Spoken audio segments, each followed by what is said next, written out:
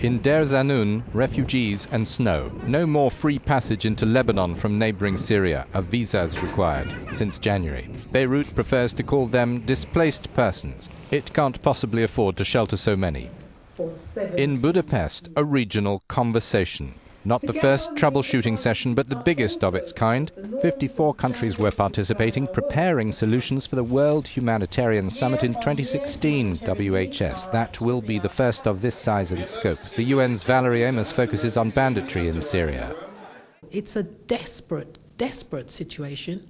I think it's important that the violations of international humanitarian law that we are seeing are dealt with. We need greater accountability. We're seeing a situation where medical supplies are being taken out of our humanitarian convoys. This is an absolute scandal. People are in desperate need of medical attention across the country. The Red Cross and Red Crescent Society's El Hajjasi seems to draw lines between naturally occurring disasters and those that are man-made and preventable.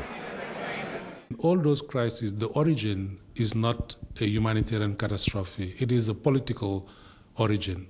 So we are here as humanitarians responding to consequences of crises of a different nature. So we call also for political solutions and leadership to address those problems so that we have less and less of those crises.